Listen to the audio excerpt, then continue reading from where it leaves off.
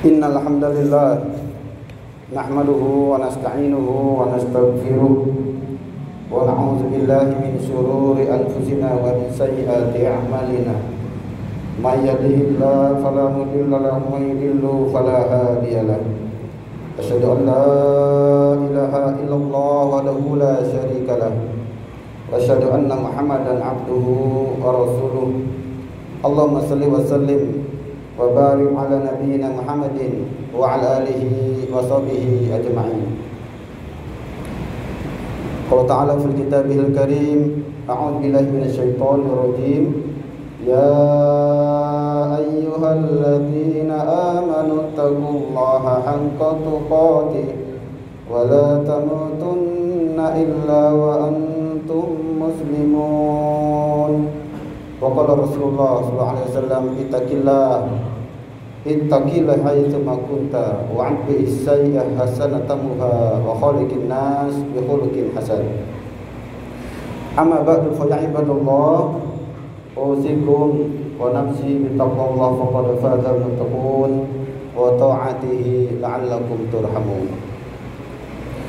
Jamaah kaum muslimin sidang Jumat rahimani rahimakumullah. Alhamdulillah, marilah kita senantiasa tetap mensyukuri nikmat-nikmat Allah walaupun dalam keadaan apapun. Alhamdulillah ala kulli hal.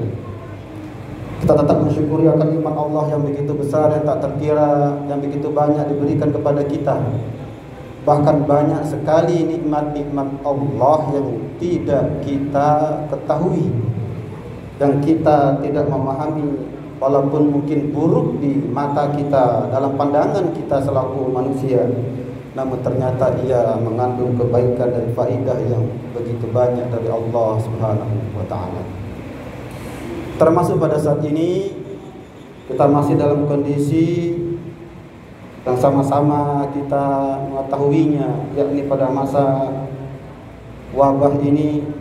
Maka selaku muslim, selaku mukmin, hendaknya kita semakin menjadikan hal ini untuk kita semakin menebalkan iman kita kepada Allah, semakin agar kita meyakini akan kebenaran ayat-ayat Allah.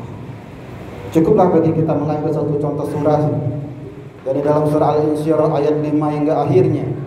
Allah Ta'ala mengingatkan kita, a'udzubillahi minasyaitonir rajim, fa inna ma'al usri yusra.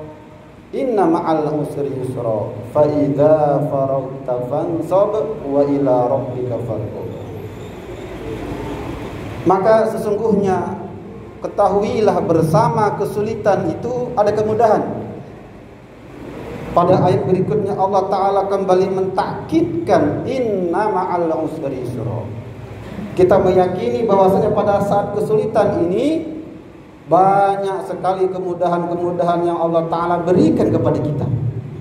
Kalau kita memakai kacamata iman, pandangan iman, termasuk dalam kondisi seperti ini pun, ternyata Allah Ta'ala telah begitu banyak memberikan kemudahan-kemudahan kepada kita. Faiza farta fansab. Maka setelah kalian selesai urusan kalian dalam satu hal, maka kerjakan urusan yang lain, bekerja keraslah kalian. Termasuk agar kita sama-sama menaati apa yang telah diberi anjuran, arahan oleh pemerintah kita, termasuk oleh para ulama kita, para guru-guru kita, agar kita hendaknya mengikuti apa yang telah mereka ajarkan kepada kita. Maka disinilah hendaknya, termasuk dalam kondisi seperti ini, kita melihat dengan kacamata iman. Jamaah kaum muslimin rahimani rahimakumullah. Dan berikutnya, pada hari mubarakah ini, jangan lupa agar kita menyelipkan salawat kepada baginda Rasulullah sallallahu alaihi wasallam. Allahumma shalli ala sayyidina wa habibina wa syafi'ina wa maulana Muhammad wa ala alihi wa sahbihi wa man tabi'ahum bi ihsan ila yaumil. Jamaah kaum muslimin rahimani rahimakumullah. Pada hari ini tadi disebutkan bahwasanya sudah masuk pada tanggal 21 Zulqa'dah. Tidak lama, beberapa hari lagi kita akan memasuki bulan Zulhijjah. Maka pada khutbah yang singkat ini kita akan menjelaskan sedikit tentang keutamaan beribadah ataupun beramal soleh, wabil khusus pada 10 hari pertama di bulan Zulhijjah kelak. Yang pertama, Allah Ta'ala berfirman dalam surah Al-Fajr, wal fajr walayalin ashar. Walayalin ashar ini para ulama memang berbeda pendapat, tetapi jumhur ulama memaknainya adalah ialah walayalin ashar ini adalah 10 hari pertama pada bulan Zulhijjah. Kemudian adapun apakah keutamaan 10 hari pertama di bulan Zulhijjah ini? Kita sebelum membahas ini, kita meyakini bahwasanya penanggalan pada bulan-bulan Hijriyah ini adalah merupakan ketetapan dari Allah Subhanahu wa taala. Dalam surah Taubah ayat 30 Allah Ta'ala berfirman, "Inna iddatash syuhuri 'indallahi 12 syahran fi kitabillah. Yauma khalaqas samawati wal ardh minha arba'atun hurum. Dzalikad dinul qayyim fihinna anfusakum wa qatilul musyrikina kafah kama yuqatilul kafah wa'lamu annallaha ma'al muttaqin." Sesungguhnya bilangan bulan di sisi Allah itu ada 12 bulan. Dan semenjak Allah menciptakan langit dan bumi, Allah telah menetapkan hal itu. Inilah ketetapan agama yang lurus dari Allah Ta'ala.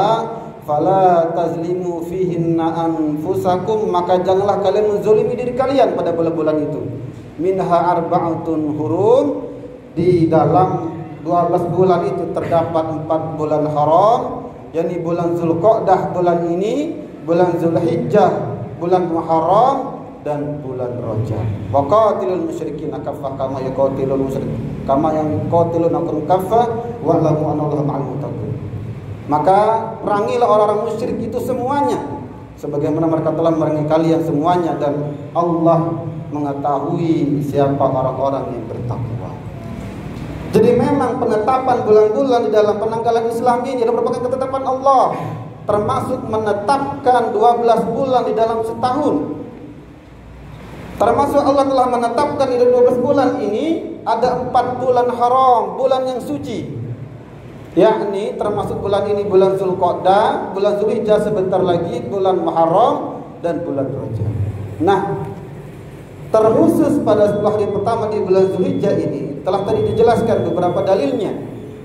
Wabil khusus ada sabda Rasulullah SAW yang menjelaskan tentang keutamaannya beramal pada 10 hari pertama di bulan Zulhijjah. Kita ambil satu hadis diriwayatkan dari Ibnu Abbas bahwasanya Nabi SAW pernah bersabda, "Ma min ayyamin amal saleh fiha habba ilallah azza wa jal min hadhil ayyamul ashar." Min hadhil ayyam maksud yakni ayyamul ashar. Qalu ya Rasulullah walal jihad fi sabilillah. Qal walal jihad fi sabilillah illa rajulun kharaja bi nafsihi wa malihi wa lam majid min dzalika bisyai. Hadis riwayat Bukhari. Bahwasanya Nabi SAW bersabda, tidak ada satu amalan yang ia lebih dicintai oleh Allah SWT untuk kita beramal melebihi dari 10 hari pertama di bulan Zulhijjah. Para sahabat bertanya kepada Nabi ketika itu, ya Rasulullah, apakah juga tidak bisa amalan jihad itu mengalahkan amalan itu? Nabi menjawab, walal jihad fi sabilillah. Termasuk amalan jihad sekalipun tidak bisa mengalahkan amalan orang yang melakukan amal soleh pada 10 hari pertama di bulan Zulhijjah itu, kecuali laki-laki yang berjihad di jalan Allah. Ia keluar dari rumahnya dengan membawa dirinya dan hartanya, tetapi ia tidak kembali ke rumahnya, maksudnya ia menemui kesyahidan. Masya Allah, begitu besar amalan yang dilakukan jikalau orang beramal soleh pada 10 pertama bulan Zulhijjah ini.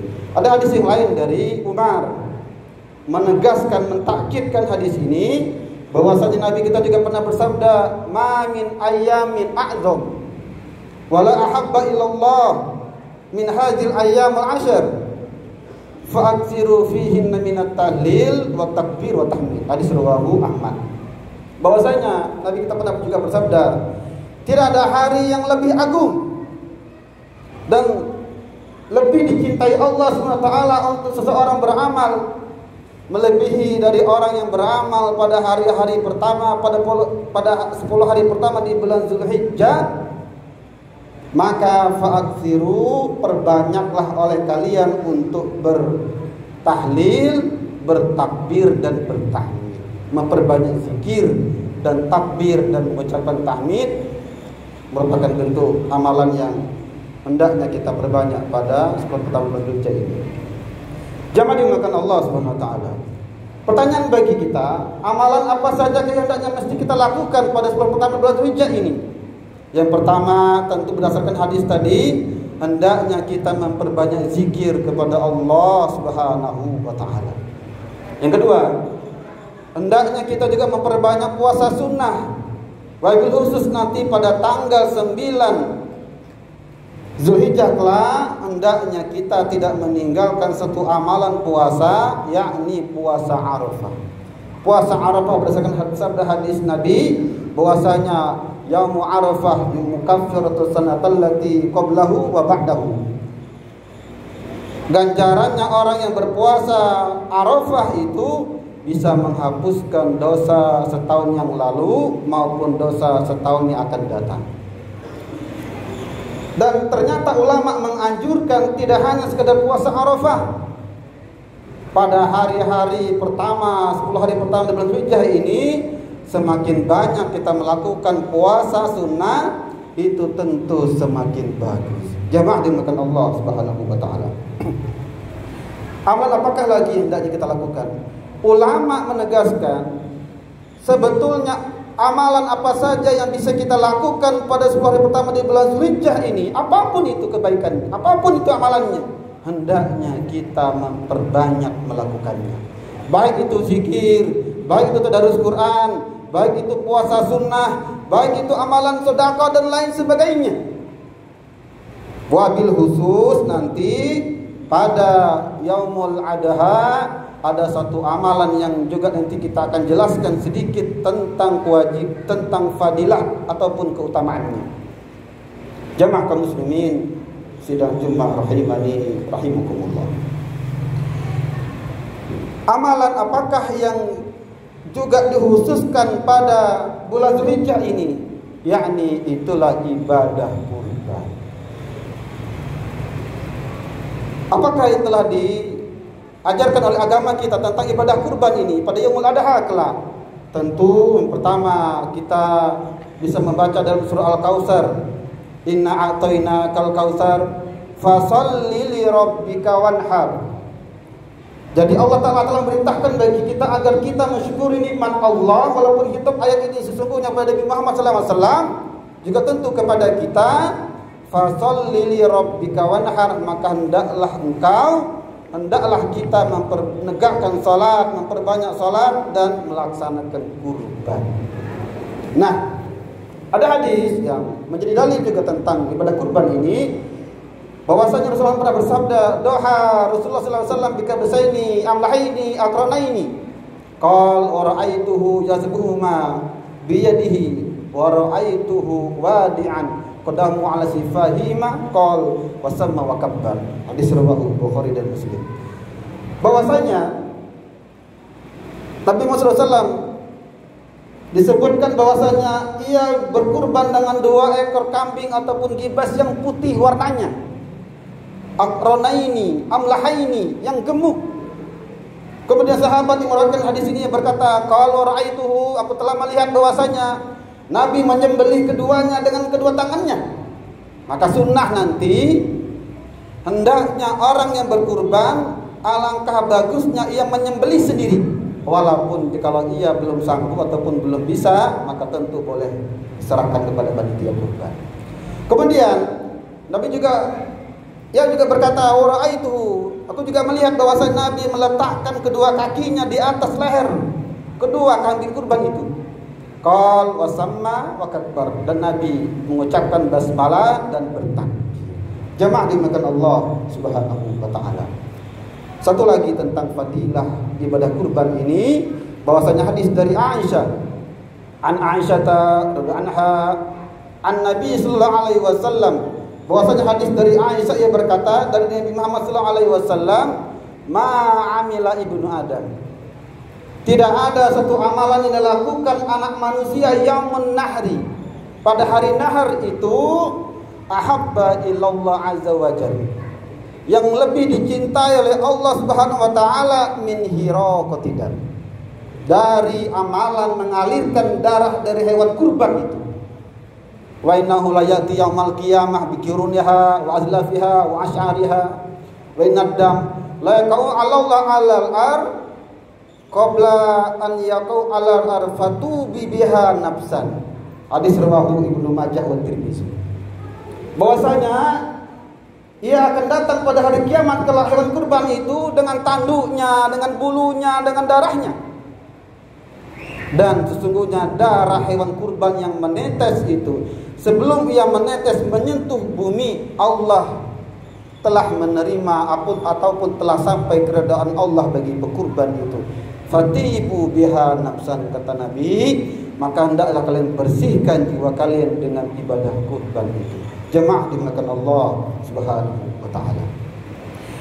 Jadi begitu besarnya amalan yang Allah telah janjikan, Allah telah siapkan untuk kita, terkhusus pada 10 hari pertama di bulan Zulhijjah ini, dan sebentar lagi akan kita jelang ini, hendaknya kita tidak melalaikannya.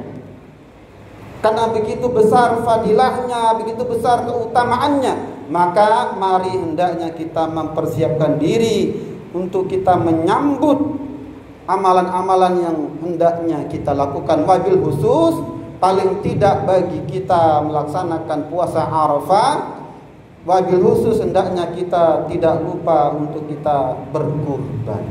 Jamaah dimakan Allah Subhanahu wa taala. Hikmahnya yang terakhir, selain merupakan bentuk tasyakur kita atas harta yang Allah telah berikan kepada kita, sesungguhnya ibadah kurban ini selain ia merupakan ibadah, ia juga merupakan syiar. Ia merupakan bentuk keagungan dari syariat Allah. Semenjak Nabi Ibrahim alaihissalam sampai Nabi Muhammad SAW, Allah telah langgengkan ibadah ini. Dan ia juga merupakan selain berdimensi ibadah, ia juga berdimensi sosial yang sangat tinggi.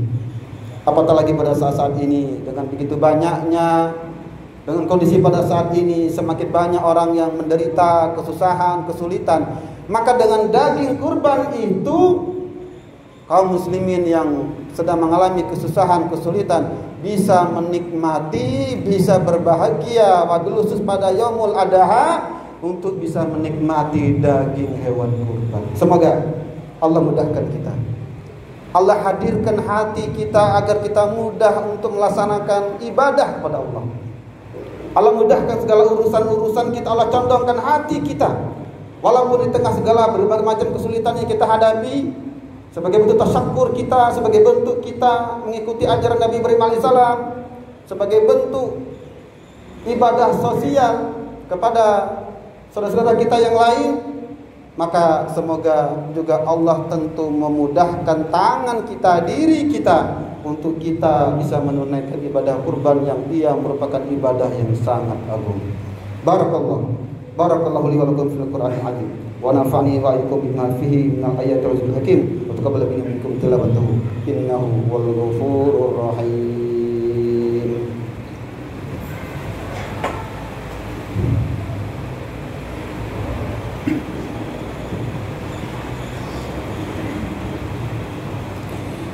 Alhamdulillah hamdan katsiran kama amara, asyhadu an la ilaha illallah wahdahu la syarika lahu, wa asyhadu anna Muhammadan abduhu wa rasuluh. Allahumma shalli wa sallim wa barik ala nabiyyina Muhammadin wa ala alihi wa sahbihi ajma'in.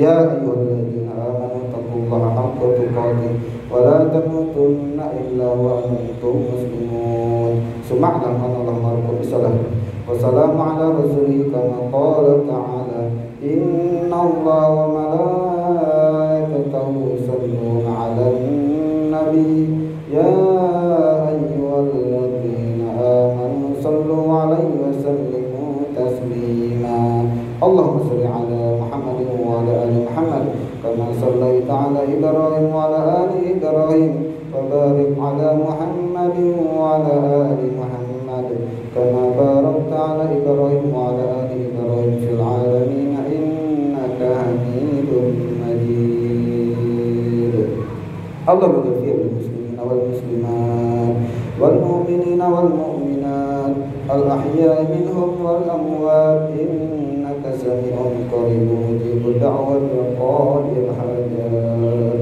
اللهم اغفر لنا ذنوبنا ولوالدينا وارحمهم كما ربونا صغارا ربنا ظلمنا أنفسنا وإن لم تغفر لنا وترحمنا لنكونن من الخاسرين اللهم إنا نسألك حسن الخاتمة ونعوذ بك من سوء الخاتمة اللهم أرنا الحق حقا وارزقنا اتباعه وارنا الباطل باطلا وارزقنا اجتنابه ربنا هب لنا من أزواجنا وذرياتنا قرة أعين واجعلنا للمتقين إماما ربنا آتنا في الدنيا حسنة وفي الآخرة حسنة وقنا عذاب النار